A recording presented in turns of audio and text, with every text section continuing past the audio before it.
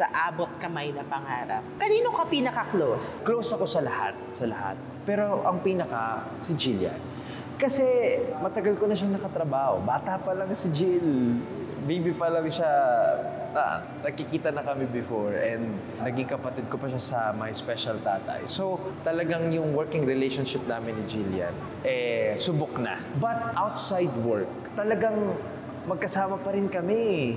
You know what? Magkasama kami sa business ngayon.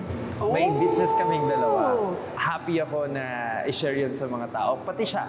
Kumusta naman ang Japan experience mo when you performed for our Global Pinoys in Nagoya? Ang sarap sa pakiramdam na pagpunta mo ng Japan, First time ko sa Japan. First time ko sa Japan. Kami ni Jillian. First time namin sa Japan.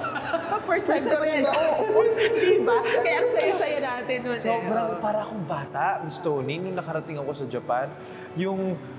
Eto na, Japan tapos winter pa tayo pumunta. So parang talagang yung fantasy mo kung ano ba itsura ng Japan, yun na yun.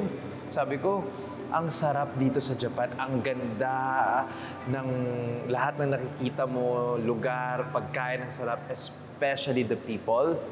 Ang sarap sa pakiramdam na marami tayong mga global Pinoys na nandoon. When you were there, people actually call you Doc Lindon. Doc Lindon. Hindi Ken Chan. Hindi Ken, di ba? Ang sarap lang sa pakiramdam na talagang kahit saang napalop ng mundo, ay napapanood nilang Abot Kamay na Pangarap. Especially sa Japan, na talagang hindi ko akalain na maalala nila yung character name ko bilang si Doc Lindon at ma-appreciate nila yung mga ginagawa namin sa Abot Kamay na Pangarap.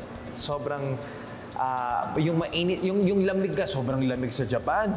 Grabe. Pero ang init na pagtanggap ng mga tao, ng mga global Pinoys sa ating lahat. Kinanta ko yung Sana Ngayong Pasko dahil maraming malayo sa pamilya nila.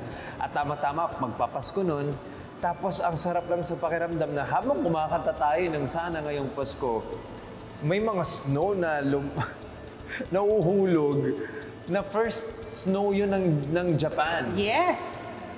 Sabi nga nila, blessing. So it was a blessing. Ano ang fondest memory mo sa Japan shoot naman?